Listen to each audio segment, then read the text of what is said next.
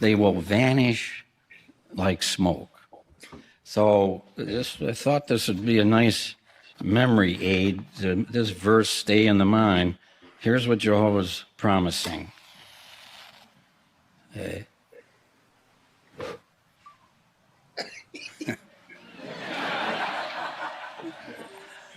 As Jehovah's enemies, they're going to vanish like smoke.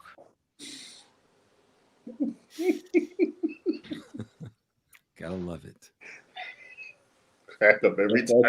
Gone. Got to love it. Yeah. That was kind of prophetic, wasn't it? Okay, the prof. Hey, this is JT and Lady C. Welcome to another episode of The Critical Thought. And this evening, we'll be discussing something that we know is of interest to so many people, both in the Jehovah's Witnesses and those who have left. Many of us, we have left. We still have family and friends in who are impacted by this religion. And what we'll be looking at is Tony Morris, a member of the governing body. It was announced to the Bethel family that he would no longer be serving as a member of the governing body this past week. So what we've done, we've invited a number of individuals that we've known over a period of time to share their thoughts, what their thoughts on how this will impact current Jehovah's Witnesses, people who are leaving, people who are thinking about going back. And we will just have an open discussion. And for those of you, include your questions. We'll try to put as many questions in as we can get in. But basically, we wanted to bring together people who have many years of being involved in this organization at many different levels. So to get started, feel free, guys, to just introduce yourself and just share a little bit about yourselves. Hi, I'm Jack. I live in Toronto. I was in the organization for about 35, 36 years. I left about 8 years ago mentally, about 6 years physically. That's where I am today. My name is Wendell Smith. I live in Maryland. We were actually raised in the organization, and had I still been in October, would have been my 50th year being baptized. I woke up about 10 years ago, but I officially left about 4 years ago. Wow. My name is Efrain, or Efrain Rivera. I was a witness for 32 years, and I've been out both physically and mentally 4.5 years ago.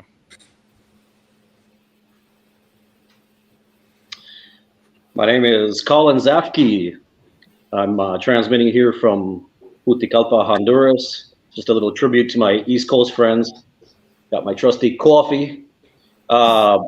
So I walked away in 2014 after approximately 30 plus years, 34 years. And so I've been out 9 years.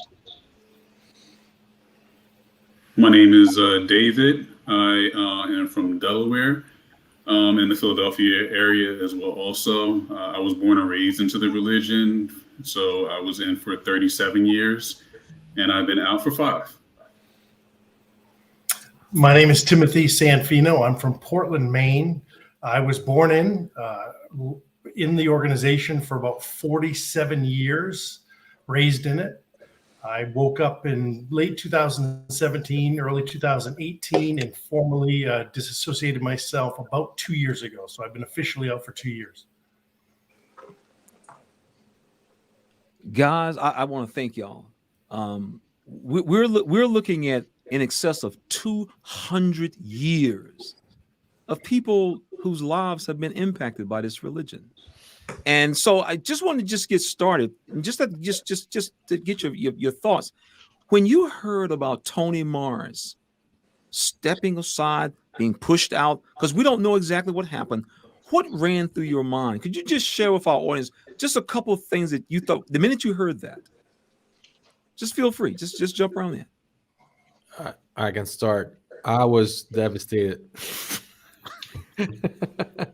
No, seriously, this man, so many people woke up because of his talks, because of what he said on broadcasts. I've heard time and time again of people who were like, you know what, I can't listen to this anymore. And that's why they left. So when I heard that he left and there's 2 new governing body members, they could be a lot more reasonable. They could be a lot better when it comes to speech, and a lot of people would probably follow. And I think Jehovah's Witnesses are also happy that he left. That's, I don't know, that was my thought. Yeah, good. Oh, good thought. I'm gonna hop in there because I was not happy at all either. I mean, he was essential in my waking up. So when I heard that he was out, I was like, oh man, come on. We need more Toni Morrises, not less. Yes, we do. Go ahead. My Wendell, initial, go ahead, Dave. Yeah. yeah, I think my initial reaction was, well, what did he do? Yeah. You know, after serving for an elder for 5+ years, very rarely, even when people step aside or step down or whatever, they're usually forced into it or highly encouraged or strongly suggested to step aside. So I was wondering what it was that made them come to this decision that he needs to now no longer be part of the governing body. What's going to come out now in the future about him that they're trying to avoid? So that was the first thing that ran through my mind. Yeah. Yeah, I also when I saw the announcement, well, I saw it through some other videos, and when you look at Toni Morris, all of us, I'm pretty sure, all of us knew brothers, circuit overseers exactly like that. I know that Toni is what you see is what you get. If he was like that on screen, he's like that with everybody, and I'm sure he rubbed people wrong, both in the ExJW community and inside of the JW organization, inside of the Watchtower. So, when I saw that, I think the first thing that went through my head was, with social media, they still don't get it. They still don't understand this experiment they started with putting themselves out there, making themselves so visible.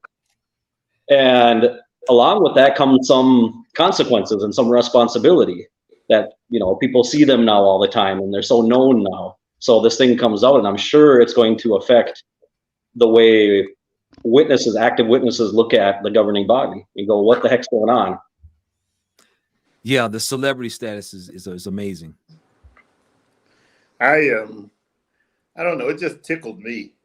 I don't know. I'm still kind of laughing, not so much at him, but maybe the irony of it all.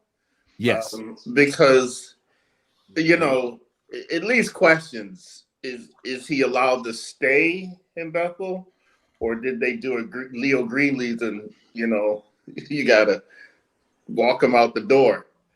But and like the gentleman said, yeah, he actually, it was before my time, but he would come back to teach classes in Rhode Island. And yeah, that's his personality. What you saw is exactly how he is. So it just, I don't know. I'm still just kind of chuckling over it. I don't know. Yeah, you're right. It is the irony of it, as he has basically looked down upon people who didn't have any titles, telling sisters don't marry a man if he's not a ministerial servant, and yet he gets the highest title in the organization, and now he no longer has it, which means he will not, as we mentioned before, he will no longer now get those first-class flights around the world anymore. Right. No more perks. Sorry. No more perks. Did you find anything interesting about how they made the announcement, though? Oh, definitely. Yeah. Oh, definitely. When the way they made it, it was just like, oh, this guy, he did not step down. They pushed him out. It was, if it wasn't that way, they might have made like some big deal out of it. Oh, thank you, Toni. Here's some videos of you, whatever. But they tried to keep it as quiet as possible. Right. And there's no hiding from the activist community, bro. Yeah. It did. When you look at it, it kind of reminds you, doesn't, of how elders are often deleted. They will leave it literally hanging, so you won't even know. Yeah, they'll just leave it hanging. I know brothers who were announced off, and the brothers tried to soften it so that the people in the congregation wouldn't think that the brother did something wrong, because the announcements that they give, they're just so hard. you would think they would say, no, Brother Davis has been an elder for last 30 years. We appreciate your service. And you keep in mind, everybody's a volunteer. So if you're a volunteer as elders, no type of appreciation. I was looking at his bio in the articles they had on him, and I'm thinking this man has decades in, and yet in just 2 or 3 sentences, that was his entire life. Yeah, I wanted to ask you, JT, because you were in Bethel, and it was weird to me that they didn't even try to pretend to do otherwise. It's like at least pretend, do something that for the benefit of everybody who's following you as a Jehovah Witness. But it was weird to me that they didn't even try to pretend that he was stepping down in an honorable way. They just kicked him out. Yeah, it lacks so much of any type of honor or respect. But that just goes to show, once this organization is finished with you, or you can't serve any purpose for them, that's basically how they treat everybody. I mean, everybody knows if you were an elder and you're no longer an elder, how you will be viewed. Even though it could have been for health, they will just set you to the side, and the friends will view you exactly like that, and that's sad.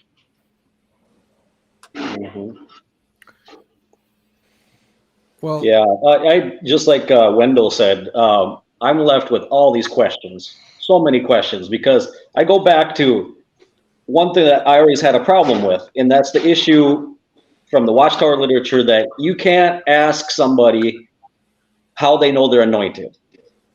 Okay, so we start with that. So it's supposedly this appointment from God, but you can't ask them how do you know that they are to begin with? That's one issue. The second thing is, now that he's not on the governing body, is he still anointed? Or does he have to turn in his badge? No, sorry, we're ripping off your stripes, you're done. I mean, what's his status now? Does the new light that he doesn't receive that anymore? Or what point does that stop? So he's just like a regular anointed guy? I mean, what's the standard for all of this?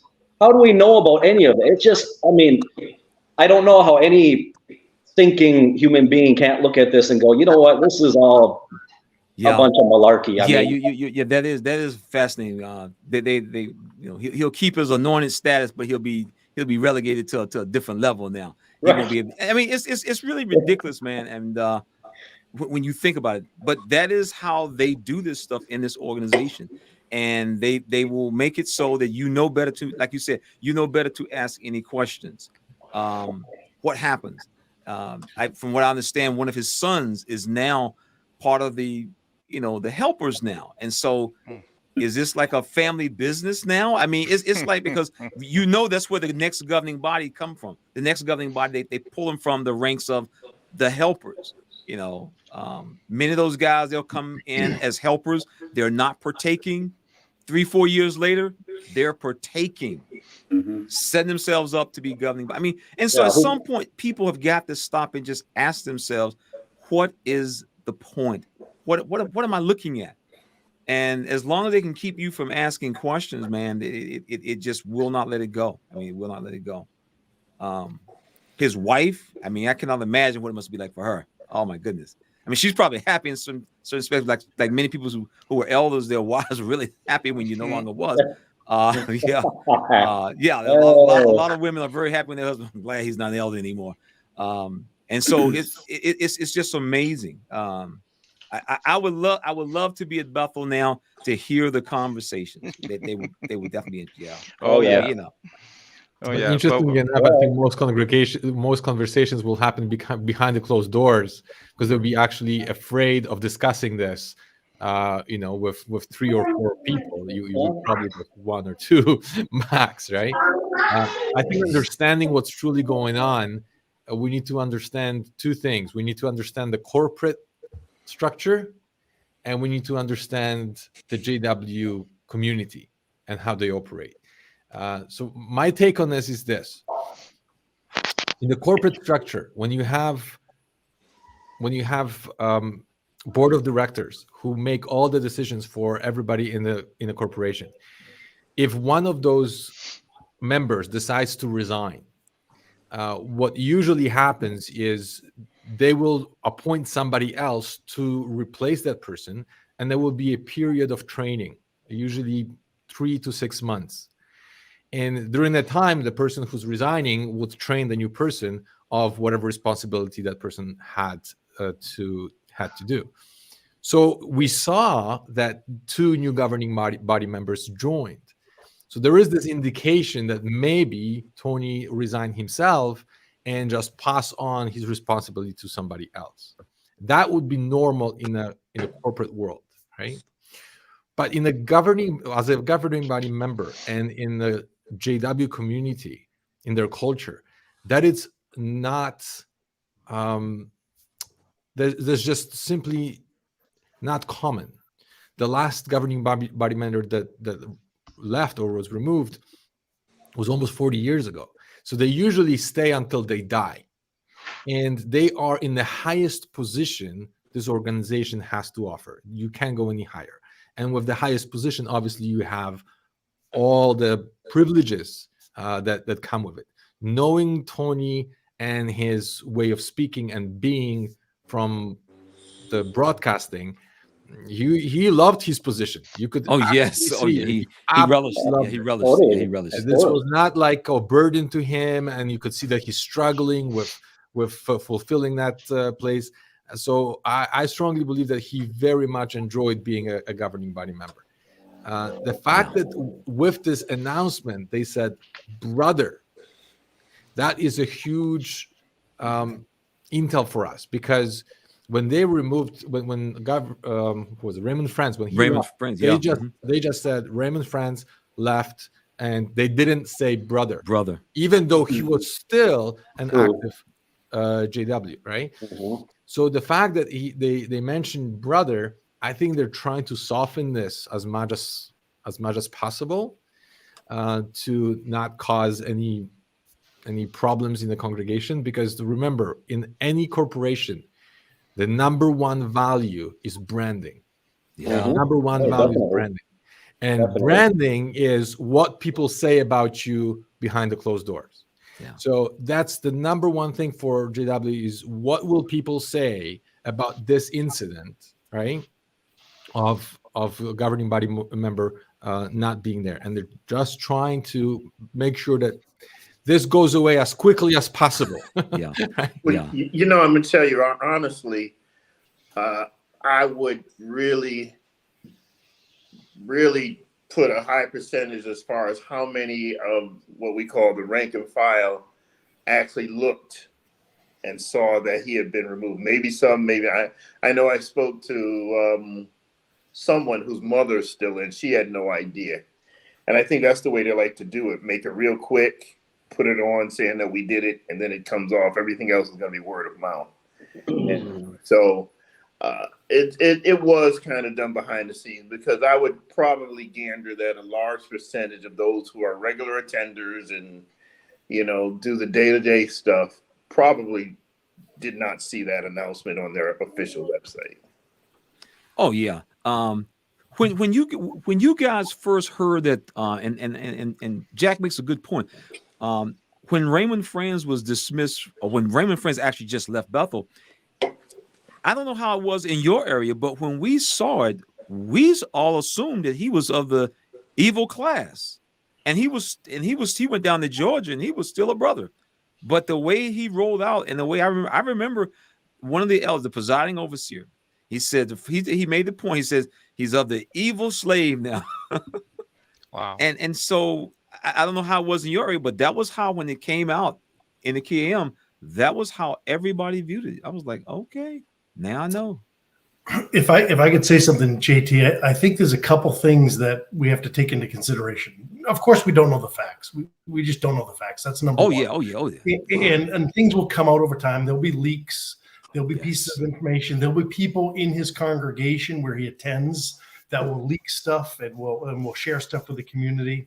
But I think a big telling point will be whether he remains an elder. Because if he is just off the governing body but is still an elder, then it probably was some sort of a personality or a power struggle on the governing body itself. Yeah. And he maybe was no longer deemed fit to serve on the governing body. if he is no longer an elder, now we have to take into consideration there was some type of wrongdoing that they deemed he was no longer. What's the term we used to use that somebody could do the microphones? I forget the term. I don't even remember. You ain't right. I don't remember the term, but so the point is that we have to I know figure you're talking out. about. That is true. We did do that. I Right forget about that. the term. I can't even remember. Yeah, But, yeah. He can handle the lighter stuff in the congregation. Yeah, exactly. So we got to find out, is he still an elder? Because that will that's a good tell a point. lot. Yeah. Was And it qualified? then, Is that the word you're looking for? Qualified? Is he qualified? Yeah, Is he He's qualified? qualified. exemplary. Exemplary. Exemplary. Yeah. Exemplary. That's the first thing. Irreprehensible and all that kind of stuff. Yeah. Oh, my Exemplary, goodness. because there are people that get removed from privileges that did something wrong. Maybe they drank too much one time, or maybe they did another quote sin that the congregation elders felt that was not serious enough to create a judicial committee, but makes them not exemplary. Yeah, that's true. And that could have been the case. And it could be a good old boys club.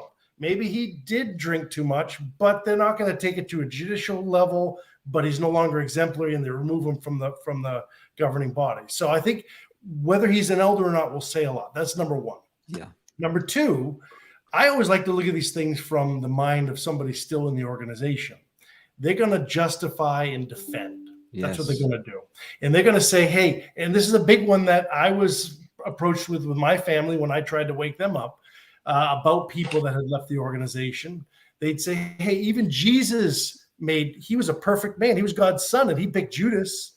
And at the time, when he picked Judas, the heart was good. His heart was good. But as Satan got to him, and he turned. So even Jesus had picked somebody at the time that he thought was qualified. So yeah. Yeah. You're gonna find- Tim's though you're on the money. Yeah, that's on the money. Yeah, they're gonna find loopholes for anything, because it's like even those will be like there are gonna be some that will see it as Jehovah cleaning house. And and if you're a JW and you didn't like Tony Morris, then it will be like, oh yeah, see, I told you, yeah. All we needed to do was wait on Jehovah. Now he's out, and maybe he may not be the only one. So and for those that were like in the brink of either leaving the organization or maybe coming back, and they're praying to Jehovah that he does something to change the things within the governing body that they may not even like, and they see this, they might see it as the answer to their prayers. Yeah. But You're right. Yeah. If they're any active witness, I don't know if they're watching. Maybe they are. They might be out there. Okay. What our friend here was just saying. Sorry, I can't see any of the names here, so sorry, guys. When they talk about, you see, back like I was just thinking the same thing with Judas. Well, look at Judas. God let that happen, and then he cleaned. Okay, guy, hold on a second. This was, Judas' role in there was a prophetic. It was going to happen, okay, to fulfill a Bible prophecy, and with the apostles. Okay, with the disciples, we know exactly how they were chosen. Okay, I mean, they were chosen directly by Jesus Christ. So you can say, in a way, we know how they were anointed, right? So here you got these guys in New York that we don't even know how they're anointed because you can't ask. So, okay, so Jehovah's cleaning his house. So, okay, what prophetic role exactly do these guys play? I mean, comparing this to like Judas is just absurd to me, because it's not comparable in any way. Yeah, they'll find the antitype. Yeah, you're so right. I mean, that's kind of the way the culture as witnesses is. We are always trying to find a way to defend stuff that makes no sense. Because that was one of the questions I have always wanted to know. How are the governing bodies selected? They make the point that we don't have the names of all of the anointed around the world. Yet they have the names of every single elder, ministerial servant, and pioneer around the world. So when it's time to select a new governing body member, and you don't even know the name of any of them other than the ones that you associate with, how is that? I mean, how does that work? And so you end up looking at what is nothing more than just nepotism. Like, how does this work? Right. And so that is what is so amazing. And you only see it once you leave. Once you leave, or when you start asking questions, or you start becoming awoke, you begin to see this is really a man-made program. Right. This is a man-made program. It's amazing. Well, JT, and what you just said, apparently now, because Tony Morris's son is on the he's one of the helpers. So who knew after all these years that being anointed was genetic? It's genetic. Man, I would have never thought of that. See, you ain't right. But the truth of the matter is that all of them are just replacements of replacements. Yeah.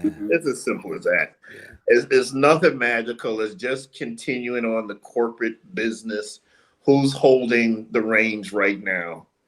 And I think this group, because of being so public, they are in an unenviable position that during this particular time with the internet, with COVID, they probably have on their hands the greatest amount of people that have left probably in the last, I guess what they say, the modern day history of the organization. Yeah. And I think a lot of it, whether or not they want to recognize it or not, they're blaming things on apostates. It's just smoke and mirrors. The truth is, we all see that they're doing the job themselves. They're crumbling from within. And all of this, Tony Morris and all of that's just indicative.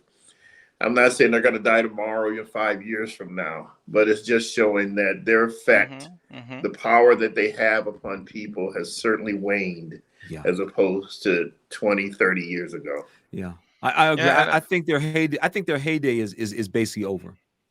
Well, yeah, and I had a lot of questions. I mean, I'm sure we're going to go over them all at one point. But one of my questions was, there were two new appointees, so it was like, okay, Tony's gone. Is there another one that they're planning on kicking out?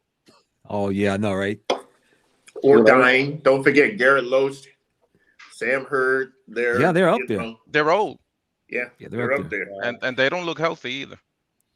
I'll bring they up one appointed other two new point. ones, right? I They think one appointed of the two new things ones.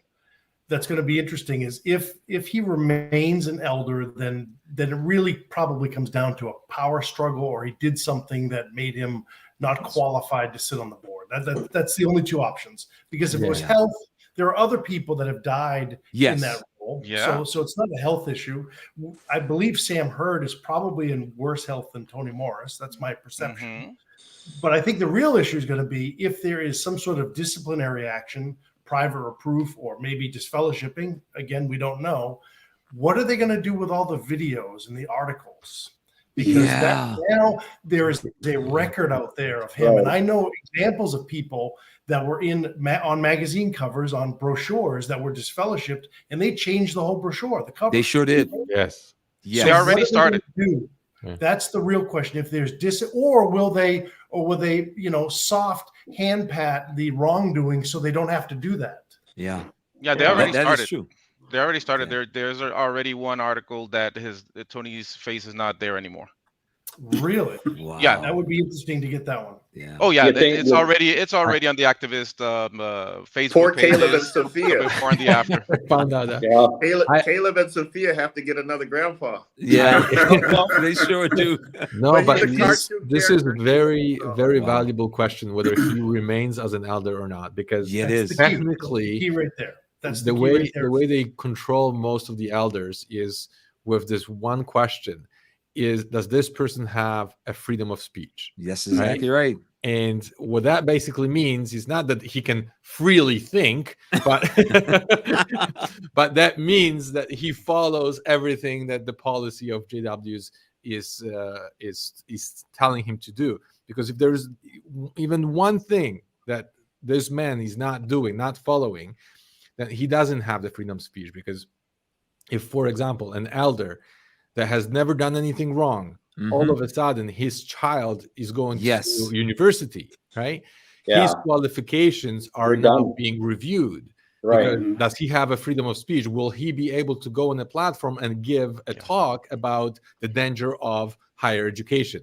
And the answer is, well, he would be a hypocrite by sending his kids to university and giving that talk. So that's how they're controlling basically every single elder out there by saying you have to follow every single thing. You can't follow 99.9%, everything or nothing, right? So with Tony, if he remains as an elder, right, that would be a really good thing to see.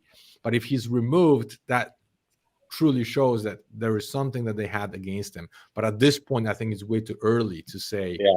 Oh yeah, no one knows. Yeah, and one of the things that we do know is that there's always one thing for been sure is he's not no on longer the part of the governing body. faithful. Well, he's still. Well, they still let you be. They let you hold on to that. One thing for sure is he's no longer part of the faithful slave. Yeah. Oh yeah. He lost that. He just kept his anointing. Yeah. Well, the he slave only exists when they're together. Because technically, based on their teaching, he only exists on Wednesday at 7 on when they're all Wednesdays. together. Yeah, Right? So exactly. if Jesus wants to return, Jesus has to come at Wednesday at 7.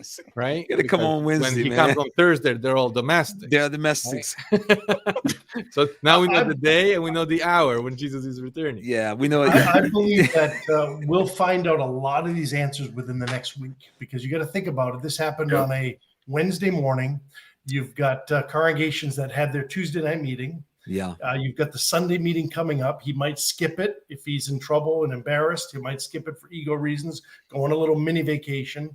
But in the next week, the people in his congregation are going to know his standing. That's amazing. That's you're what's right. going to leak out. So about a week from now, we will have all of these answers. Or he might already be out the door.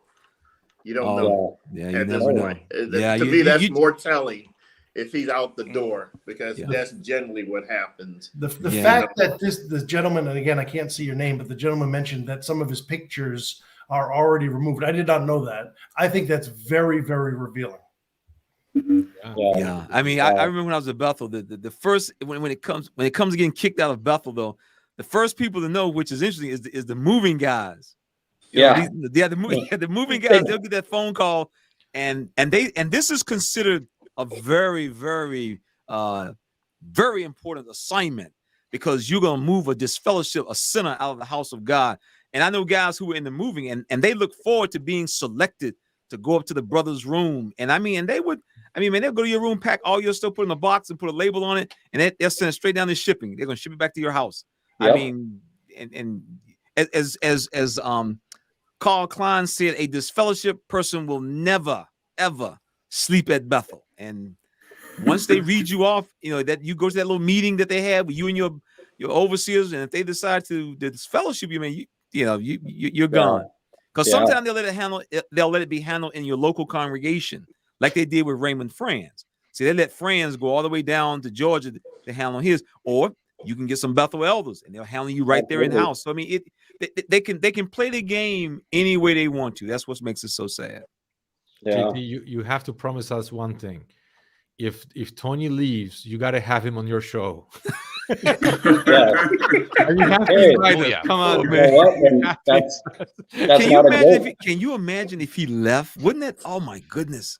After his tour. The thing is that if he became, because I saw somebody before the live started. Yeah. And asked the question if we would welcome him, and I'm like, are you kidding? If a person defects from another country, and he's a high official, I mean, of course he's got a wealth of information that I mean, that he would be very much like Raymond Franz. I mean, he would be able to discuss matters. It's very similar to what happened with a lot of the elders who are working with the CSA issues. They have all kinds of wealth of knowledge and how procedures and so forth are done. And that is how because a lot of these attorneys, man, I mean, I've talked to so many people who, they're dealing with witness issues, and they're like, I just had no idea. Lady C and I, we have a couple of psychologists, psychiatrists, who have witnesses as their patients, and they was like, I've never heard of this stuff. I've never heard of this stuff, and so they actually went online and started trying to do research, and they hit our channel, and they dropped us, a dime and said, can we talk? And then when you start explaining to them how, yes, these little girls, 7, 8, 9, 10 years old, had to sit in the room with like 6, 7 people. and they're sitting right across from this person, and they have to explain in graphic details. We want to make sure, little Nancy, that this is what happened.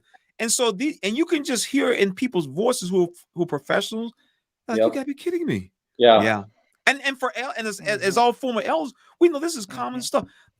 Yeah. Any elder who goes in the judicial meeting knows that you can get some guys back there, man. They could ask some wild questions of sisters, man. I mean, some wild stuff. So that's how this organization works. So if he left, like you said, we would welcome him. I mean, why, Well, I got a couple of questions here. I'm going to throw out 2 questions, guys. And this might throw you through a loop, but I was just thinking of this right now. This is my crazy brain. Question number one, something that JT mentioned. Does this mean that the Bibles that Tony signed are worth more now? The autograph? You ain't right. The autograph Bible collector. You got to put that in a case now. Number 2, the other question is, could it be after all these years, because you guys said that they don't have that iron control over the people anymore. Could they be, after all of these years, the clay and iron mixed feet of the statue? Yeah, I know, right? They don't have that iron control, over there. It's crazy. It's crazy. I mean, it is. It really is. That's stuff that keeps you up at night, And the sad part is, this man has made decisions that has impacted millions of people's lives. Yes. I mean, the memorial is pushing like 20 million people. We always count just the 8 million, but that's just people who are there are 1,607 videos of him on. Oh man, yeah, they're gonna have to soften this real nice so he'll be okay. They can't. Even with the elders 1,607 videos. Wow. Even with the elders book, I know, like you say, Tony Morris has Rhode Island ties. So he came when they finally put the elders book in a book, I guess. There used to be little pamphlets with all these different references. But I think it was about 2010 they put it actually in a book. Right. And Tony actually was one of the instructors that came to Rhode Island to teach the class to its elders. And I just remember time and again he was so proud and saying, "You see that? I'm responsible for that policy." You see those words, and how he would kind of get into an argument sometimes. Do you remember John Barr? Nice spoken John Barr. John Barr would say, "Tony, do we have to put that in?" And Tony would say yes, and he was very, very proud. So again, as you said, many of the policies that have impacted the lives of millions of people, he proudly took credit for. Crazy. That's crazy, man.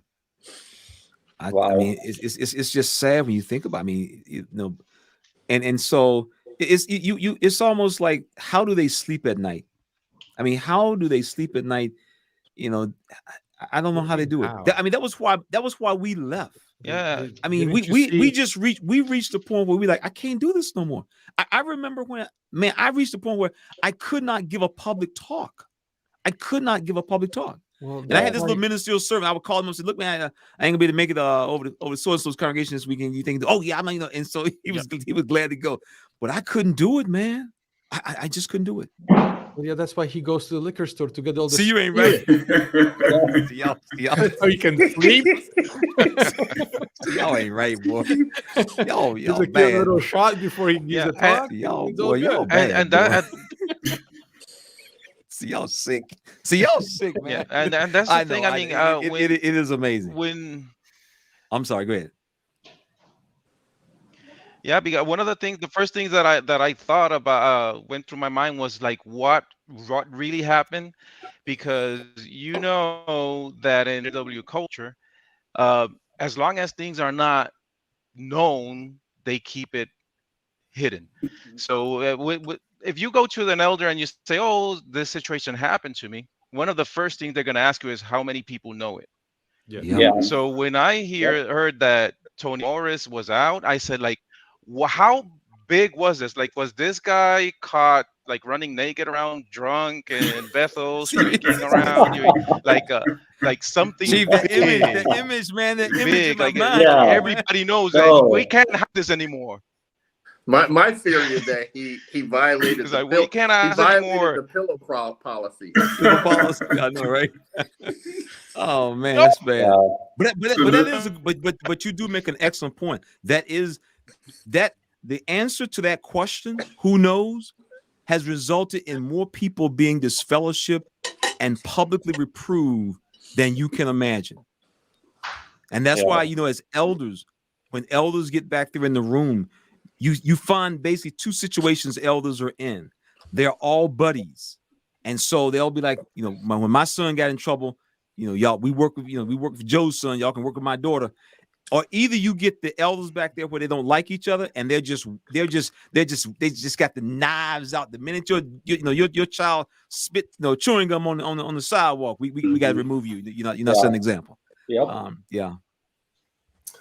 I would say if you're asking my opinion on what happened, I think it's not as nefarious as people think.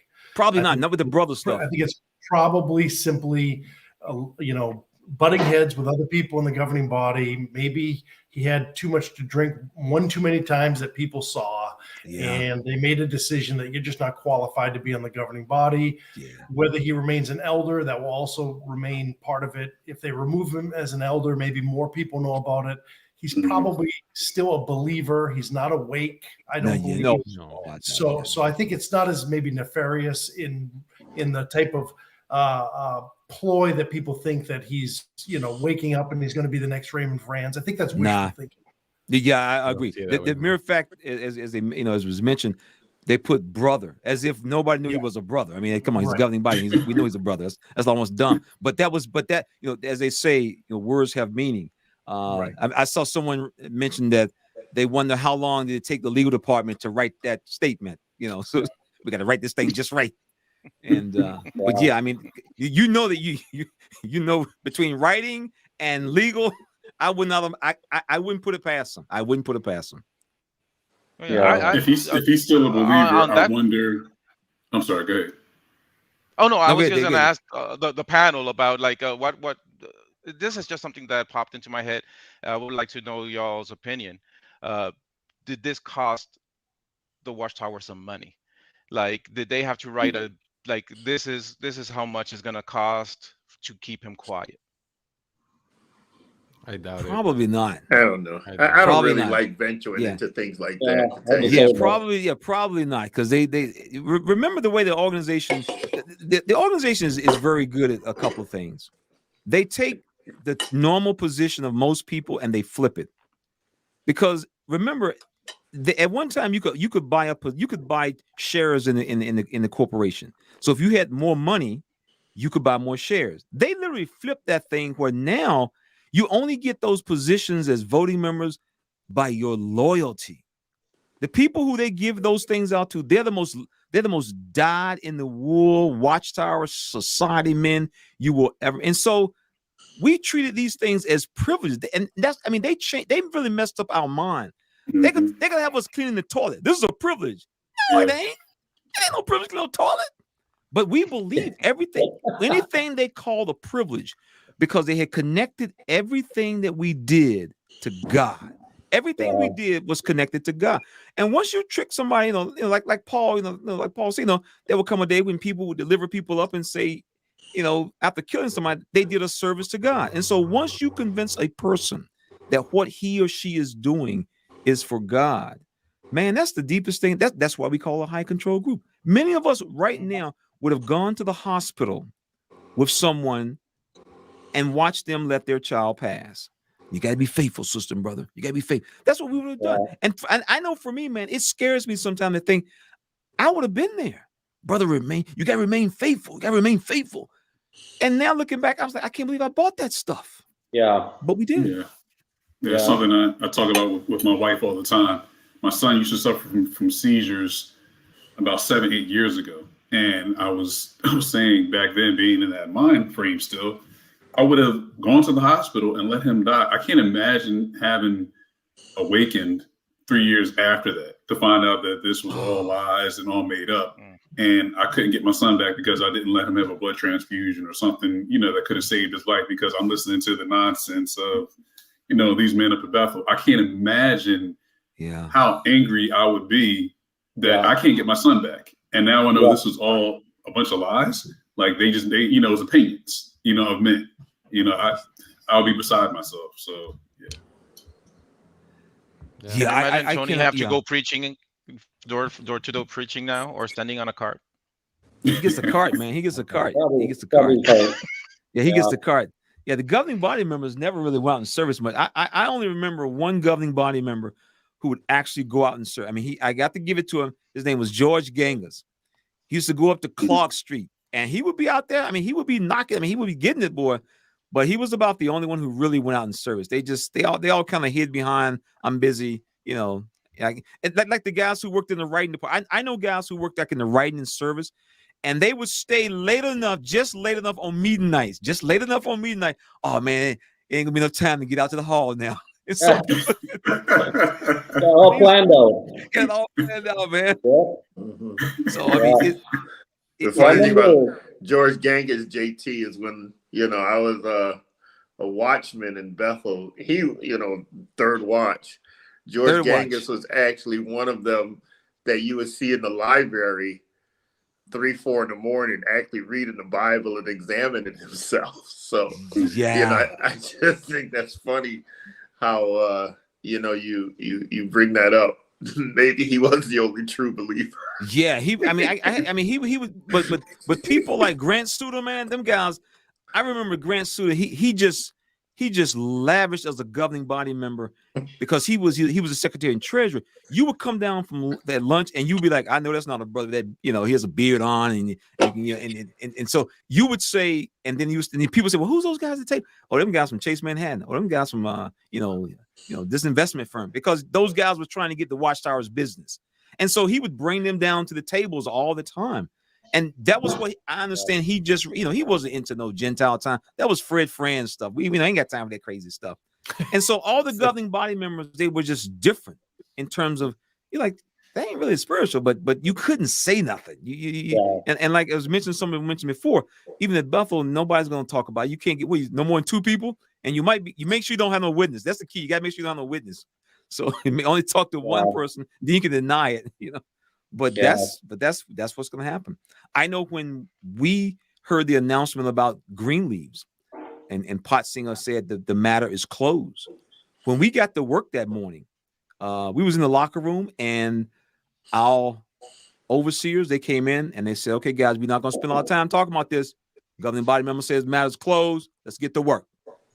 And so, and it was like a gut check, man. Like, well, we just saw a governing body member just get the boot, and we can't even talk about it. No. Yeah. Yep. And that keeps that taps down the thought process. It just shuts you down. Yeah, I remember years ago an experience here, a personal experience, when I was reaching out to be a ministerial servant, and so I thought I was going to get in good, with an elder. So I invited him over, had an apartment, and had him come over. We were kind of friends and stuff, and he was like one of those elders that was like watching you, and so. And so I was making dinner and stuff for him, and we were going to eat and stuff. And I went to the fridge, like 2 seconds, opened the fridge, and then got something out of there. And he didn't say anything. But he zeroed in on the beer that I had in the fridge.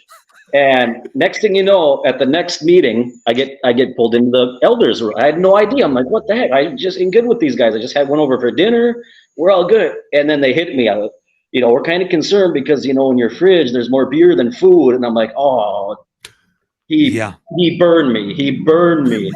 So years later, after, leaving the organization, when that video came out, that secret video about when Tony was at the liquor store, that floored me. Yeah. I said, how could a person, if anybody, any one of us, if they had a video of you buying that much liquor, it's expensive liquor at a store, there'd be questions asked. Yeah. Serious questions. And with him, and everyone, oh no, but that's normal. No, it doesn't matter it matters how it looks to other people, right? That was the whole issue. So how can this guy, being an anointed person by Jehovah, be doing this? And on that video, he was spitting facts. He was telling this guy, oh, what you got to buy if you're a first, he knows his stuff. I was like, man, this guy, this isn't his first time around, but I was like, I can't believe how much guff I took for having some beer in my fridge And here's the guy running the whole organization, and this video, and no one's going to say anything about it. And, oh, that's normal. That's not. I'm like, where are you people? What congregation are you in? What? You would never get away with that, you know? You're right. I could not see any of us as elders seeing someone in the congregation, not someone on the body saying something. I mean, that would just, like you said, it's all about the image. And then you get, like you said, he gets an exemption. He gets an exemption. If a guy would walk into Bethel with that much booze, would anybody say anything? Yeah. Let me tell you, right? they did. Yeah, they it's did. funny. They did slip it in. They did. Oh man. Yeah. Oh yeah. Yeah. They That did. is a great tell point. you firsthand. Yeah, they did.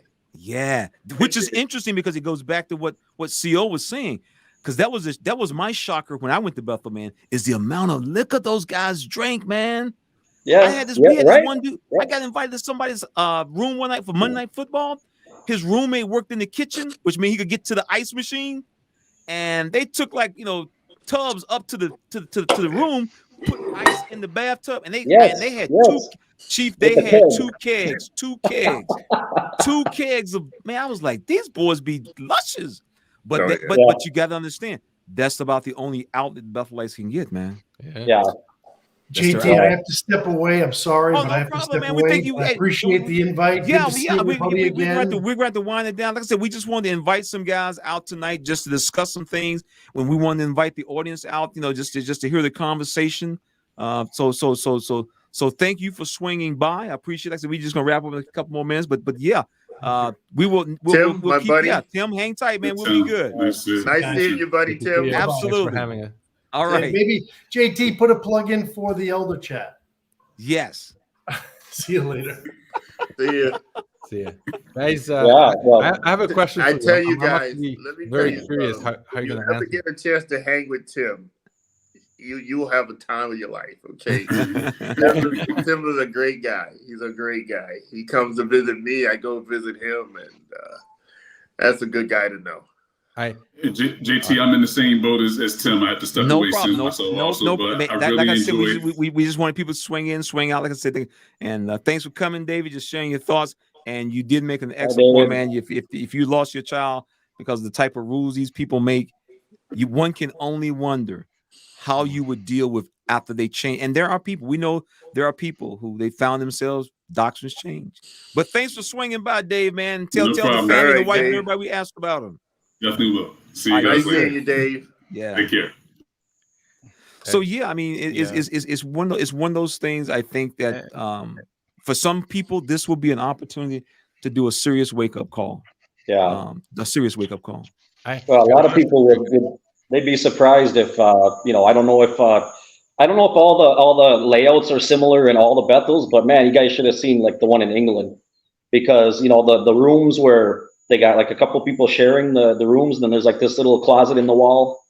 And I don't know if they all have those or what, but that thing was stacked to the roof all the way over with cases of beer in England. And it was just like, we're in England, it's normal. Holy cow, it opens your eyes. Yeah, you see it's almost like you're able to pull the curtain back and look behind, and what you see, man, is not really what we purport to be. I mean, it's just what it is. And like I said, that's the reason we left. I've always said the Watchtower loses its best elders because you reach the point. I think many of us become like reformists. I'm going to stay here and help the friends out because they got a couple of bad elders, because the elders they'll just roughshod the friends. But after a while, man, you just reach the point where you're like, I just can't do this. Yeah. And you end up leaving. Yeah. You end up leaving. I'm curious about this one question. Imagine that the people here are the elders, and we have to examine Tony and whether he still qualifies to be a governing body member. What would you guys say? Put on your JW cap on for a moment, and I'm just curious, what would be your thoughts? That's a good question. If I were a practicing Jehovah Witness, I would have voted him out a long time ago. Why? Yeah. Why? Based on what? Because based on his talks alone, I mean, we got the type pants talk. We got the one about he coming back and burning everybody into smelling like hot dogs. We got the one that says the better the university, the greater the danger. When he's trying to get the parents to hold their kids' driver's license unless they get baptized.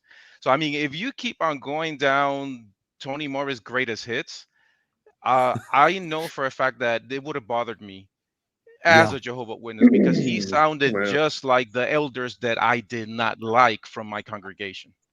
Yeah. I agree. Yeah. I think for me, in fact, I actually ran into something very similar to that. The brother, one of the things that one of the, I'll give him credit for what credit's due. One of the things with the old governing body, they did not offer up a lot of personal opinion. They would always at least reference the publication. But Tony and these guys, they be freestyling, man. I mean, they be freestyling. And one of the things I know about when they be freestyling. And one of the things I do know is when governing body members make statements, that trash goes down as new doctrine. Let me give you a simple example. Fred Friends was at the breakfast table one morning. He was handling the table, and he said he was talking about Adam and Eve and the serpent. And he said he was just talking, and he made the statement. He says, and it was interesting how the serpent did not talk. The serpent used body language, body motion, and that's how he communicated with Eve. And everybody was like, new light. Now, this is what happened. Check this out. Between breakfast and lunch, as soon if you ever been to the 124 and the 107 building, in the basement, there's a bank of phones. It was pay phones, 15, 20 pay phones. After breakfast, it's because his cell phones weren't out at the time. Everybody went running down to the phone. Mama, you won't believe when they said breakfast. And so this trash was moving at the speed of light. By the time we came back to lunch, Fred Friends got there and he says, just like this, brothers, I am sure I exasperated some of you this morning when I said that the snake didn't talk. He said, well, that was what we taught. I forgot the reference. It was something that Charles Russell taught. And sure enough, it was like a 1901 magazine where Charles Sands Russell had said, but man, and so then this is what happened.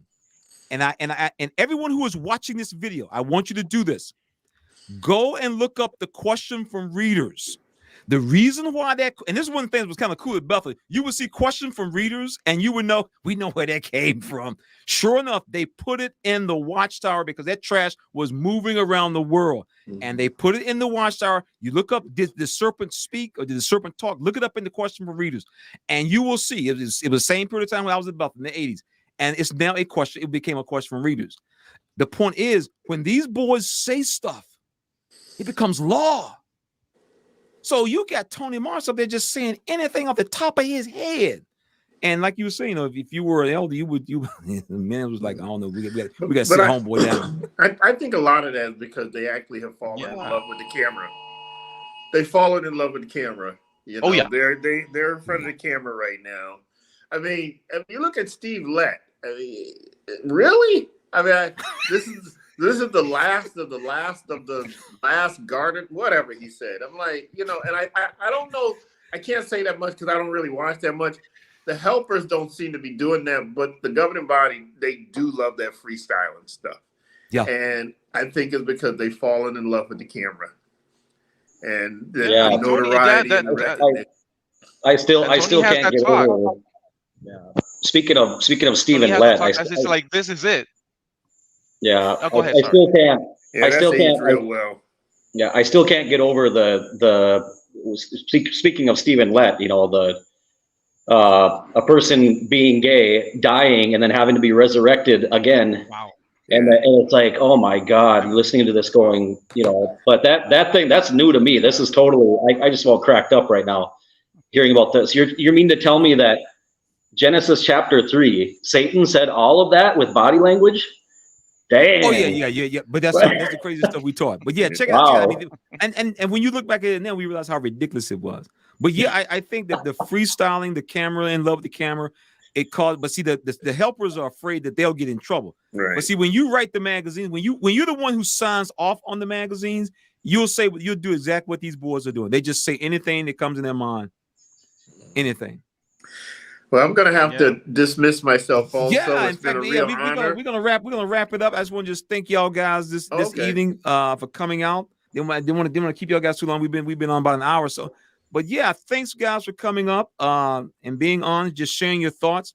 If there's any concluding thing that you want to mention that for the audience to just think about, just feel free just to chime in and just let people know what we're trying to do in terms of helping people. Just let them know. Before we do that, can I have asked the panel just one more question? Okay, great. Mm-hmm. Yeah, I mean, just about the theory that some people are saying about these two new guys coming in to be able to vote, to get the majority of the vote, to get Tony out, because some people believe that they just didn't get the 2/3 parts of the vote. I just wonder. Well, remember now what you they think about set that the theory. remember now they revised the 2/3. They went to full. It's now it takes all members, or else it gets tabled. Yeah, they used to have the 2/3, but now they went with it takes everybody, and if we can't come up with everybody, we'll table it now. So, I mean, they change every 3. I mean, they change more than we change on the web. Man. I mean, these guys, man, they just won't stop. They just won't stop. They just won't stop. They just won't stop. Anybody got any concluding words they want to share? If anybody, Well, feel if they free. needed everybody's vote, that Tony Morris voted himself. He voted himself. How do they do that? I just want to say it is. Great one. I'm at the point where I feel I have uncles and aunts and cousins and brothers and sisters and nephews and nieces that are still in it. Yeah. And I am totally at the point where I feel very sorry for them. Yeah. I have a lot of pity. They don't recognize it because they don't talk to me, which is fine too. But on the other hand, you just look at the wasted life. I tell this to JT. My oldest aunt was baptized in 1948. That's 75 years this year. 75 years. That's a lifetime of waiting. That's a lifetime of waiting. And then I know that there are those who are PMO. And all I say is you got to do what you have to do. It's too bad that an organization can hold your family as hostage against you. Nobody's going to judge you for doing what you have to do. What we do and leaving or deciding not to leave is an individual journey. And just let them know, JT and Lady C, along with others, are there to support you. Because we've been there and we understand. And we just wish you all the best. That's all. Yeah. Thanks, man. Appreciate that. Yeah. And this is a man-made organization. I mean, this is the guy that he was just arrogantly saying, this is it, a couple of years ago when Russia banned the Jehovah's Witnesses. Yeah. And look, ironically, he lasted less than the match he blew out. Yeah. As an illustration about apostates. This shows you that it is a man-made organization, and it's time to just give yourself permission to do some research. Do it. The internet is free, man. I mean, do as much research as you can. Don't waste your life in this organization. Yeah, I that's deep, man. That's as we say, that's knee deep. That's knee deep. I see a lot of fear in the organization, and I think this event will also install even more fear in Jehovah's Witnesses, because they will feel like no matter how much they do, how much they sacrifice, you could be on the highest position of this organization, and from one day to the next, you're gone. Right? And no amount of work that you have ever done will ever be appreciated, right? It's just from that day on, you're no longer one of us, and that's it, and you're gone, right?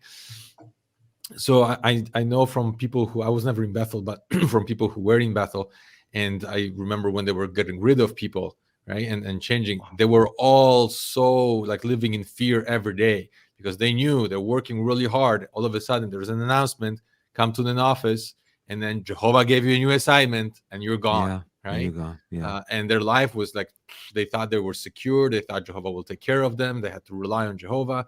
And sometimes after decades and decades of service, they're leaving Bethel with nothing, with no money, no education, no work, no experience, no pensions.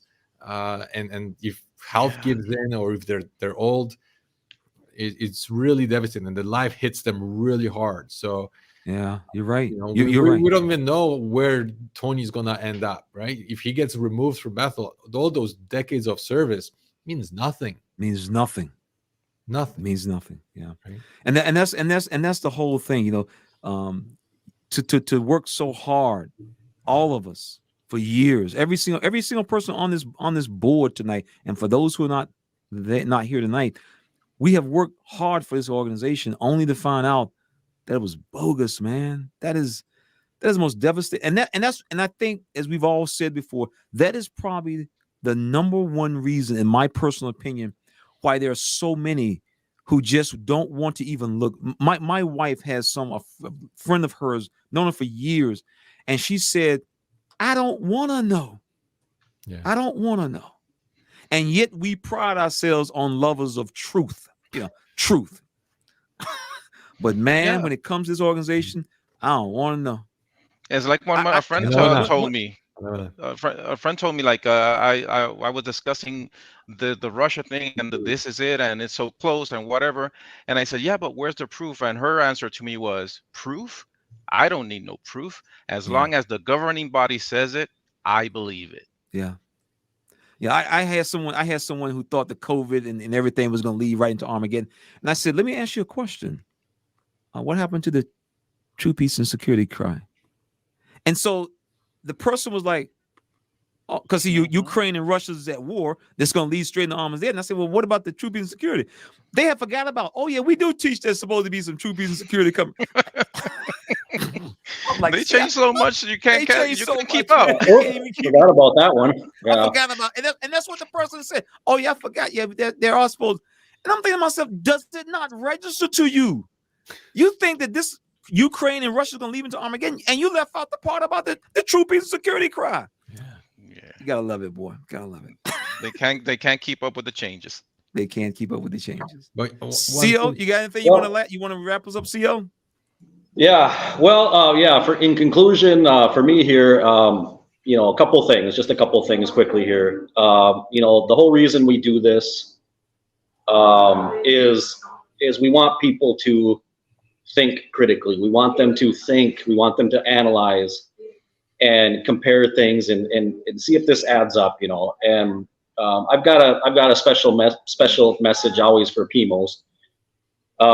We know what's going on. We know how you feel, but I always say, you know what?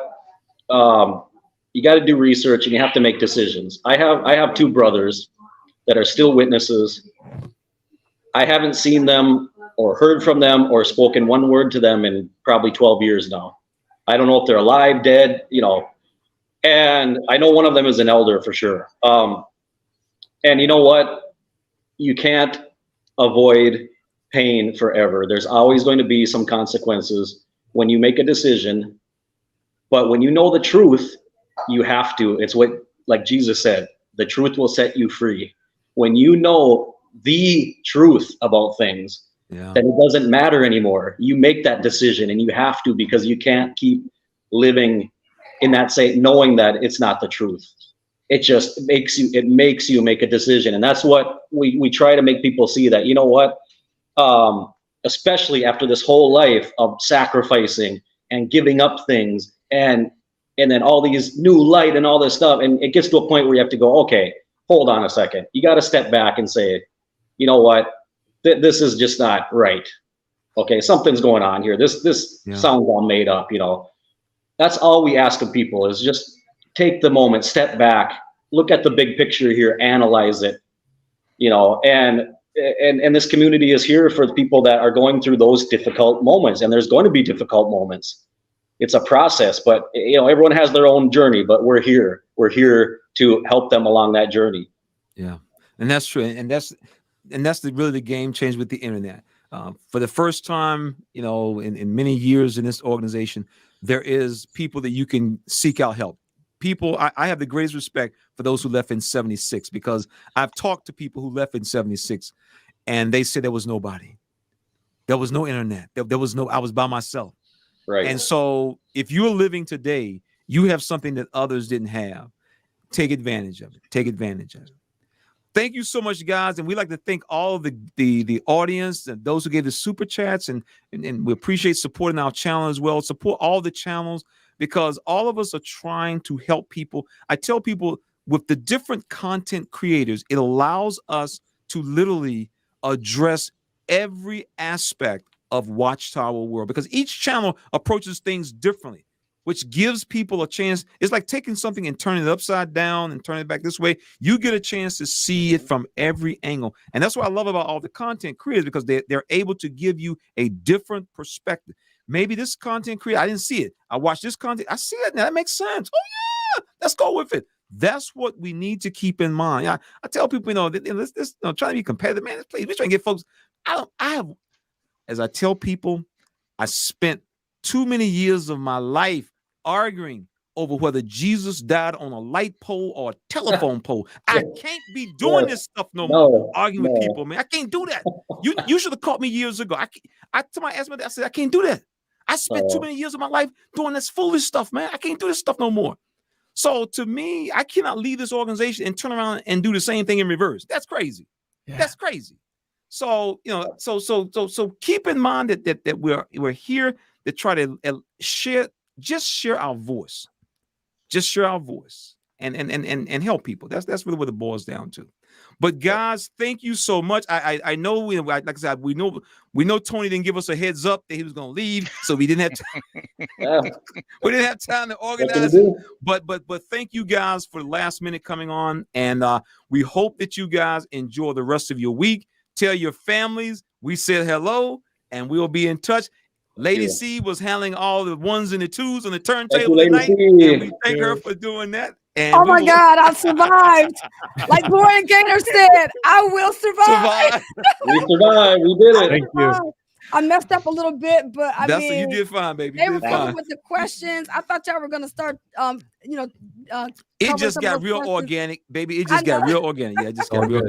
I mean, when people start talking from their heart, it's kind of hard to stop, Right. No, I got it. I got you. All right. I understand how this works. Okay, y'all can stay. I'm in the broadcast. Yeah, you're still on just for a couple of minutes, and we're gonna end the live. Take care for the audience. Y'all guys enjoy your week. Be good. Take care of yourselves. Yeah. All right, bye-bye. We'll see y'all later. All right.